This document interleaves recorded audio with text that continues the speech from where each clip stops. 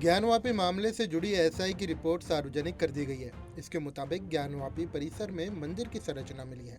हालांकि मामले को अभी 1991 के पूजा स्थल कानून की परीक्षा से गुजरना होगा। ज्ञानवापी मामले से जुड़ी भारतीय पुरातत्व सर्वेक्षण की रिपोर्ट सार्वजनिक हो चुकी है। जिला अदालत ने सर्वे रिपोर्ट सार्वजनिक कर दी है। इस रिपोर्ट के अनुसार ज्ञानवापी परिसर में मंदिर की संरचना मिली, जिसे हिंदू पक्ष ने अपनी जीत बताया और आगे कहा, इस सर्वे की रिपोर्ट से स्पष्ट होता है कि मंदिर तोड़कर मस्जिद का निर्माण हुआ। अब हिंदुओं को पूजा पाठ और परमिशन मिलनी चाहिए।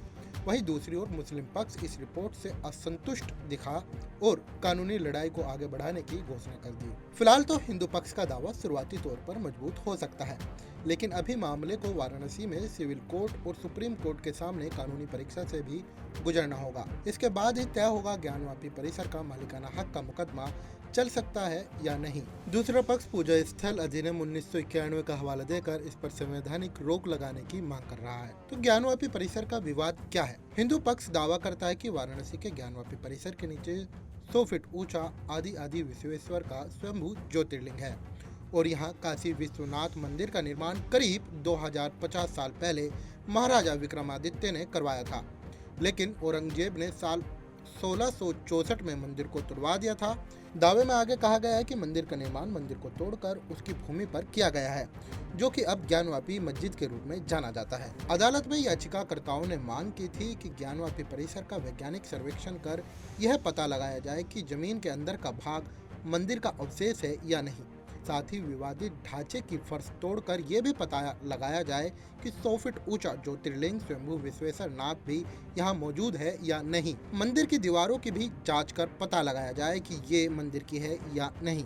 याचिकाकर्ता का दावा है कि काशी विश्वनाथ मंदिर के अवशेष से ही ज्ञानवापी मस्जिद का निर्माण हुआ था। इन्हीं दावों पर अदालत ने कोर्ट कमिश्नर नियुक्त करते हुए एएसआई के सर्वे करवाए थे। अब एएसआई रिपोर्ट क्या कहती है? 24 जनवरी 2024 को जिला अदालत ने एक अहम फैसला सुनाया, जिसमें वादी पक्ष को सर्वे रिपोर्ट दिए जाने का आदेश दिया गया। वहीं अगले ही दिन यानी 25 जनवरी को रिपोर्ट सार्वजनिक कर दी गई। एएसआई रिपोर्ट ने हिंदू पक्ष के दावों को मजबूती दी, जिसमें कहा गया ज्ञानवापी बड़ा हिंदू मंदिर था। किस बिना पर उन्होंने कहा और सर्वे के दौरान उन्हें क्या क्या मिला वो हम बताते हैं। सर्वे रिपोर्ट 839 पेज की है, जिसमें बताया गया 32 जगह मंदिर से जुड़े प्रमाण मिले। पश्चिमी दीवार हिंदू मंदिर का हिस्सा है, जिसे आसानी से पहचाना जा सकता है। जो स्तंभ मिले हैं वो हिंदू मंदिर के हैं, उसका दोबारा इस्तेमाल किया गया है। देवनागरी ग्रंथा, तेलुगु और कन्नड़ भाषा में लिखे शिलालेख भी मिले।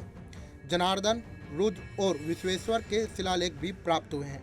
एक जगह महामुक्ति मंडप भी लिखा है। यह महत्वपूर्ण साक्ष्य है। एएसआई के मुताबिक मंदिर 17वीं शताब्दी में तोड़ा गया था। मंदिर के जो पिलर थे उन्हीं का इस्तेमाल मस्जिद बनाने के लिए किया गया। तय खाने में हिंदू देवी देवताओं की मूर्तियां मिली। अयोध्या की तरह ही मस्जिद से पहले मंदिर का ढांचा मिला। मामले में अब आगे क्या हो सकता है? हिंदू पक्ष अब सुप्रीम कोर्ट से ज्ञानवापी के सील वजूखाने की एएसआई से सर्वे कराने का अनुरोध करेगा। मामले में हिंदू पक्ष की महिला वादी ने कहा कि बाबा मिल गए हैं। अब अदालत से पूजा अर्चना की अनुमति देने का अनुरोध किया जाएगा। हिंदू पक्ष की तरफ से सुप्रीम कोर्ट के वरिष्ठ अधिवक्ता विष्णु जैन ने पत्रकार वार्ता में जानकारी दी। अब सील वजूखाने के सर्वे का अनुरोध किया जाएगा। बता दें कि मां श्रृंगार गौरी केस 2021 में एक आदेश के तहत ज्ञानवापी परिसर में सर्वे हुआ। सर्वे के दौरान ही 16 मई 2022 को ज्ञानवापी स्थित वजूखाने में आदि विश्वेश्वर का शिवलिंग मिलने का दावा किया गया।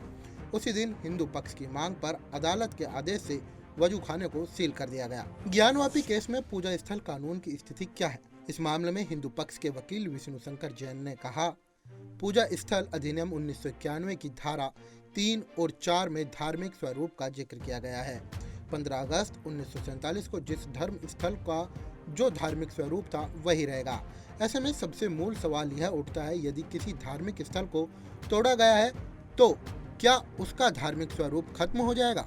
15 अगस्त 1947 को किसी धर्म स्थल का स्वरूप क्या होगा, अब अदालत अपने फैसले में यह निर्धारित करेगी। यह कानून कोई ब्लैंकेट बैन नहीं है। यदि कोई मंदिर तोड़कर मस्जिद बनाई गई है तो उसकी प्राप्ति के लिए मुकदमा किया जा सकता है। इससे यह कानून बाधा नहीं बनेगा। सिविल कोर्ट में धार्मिक स्वरूप तय हो सकता है। एक बार इस पूरे घटनाक्रम को हम जल्द से जल्द समझने की कोशिश करेंगे। 1669 में मंदिर ढा दिया गया था। औरंगजेब के शासनकाल के 20वें वर्ष यानी 1667 से 1677 के मध्य मस्जिद बनी। ढाए गए मंदिर के स्तंभों का इस्तेमाल मस्जिद बनाने में हुआ।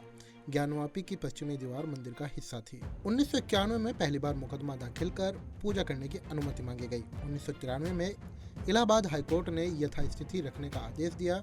2018 में सुप्रीम कोर्ट ने स्टे ऑर्डर की वैधता 6 महीने के लिए बताई। 2019 वाराणसी कोर्ट में फिर से इस मामले में सुनवाई शुरू। 2021 में फास्ट ट्रैक कोर्ट ने ज्ञानवापी के पुरातात्विक सर्वेक्षण की मंजूरी दी।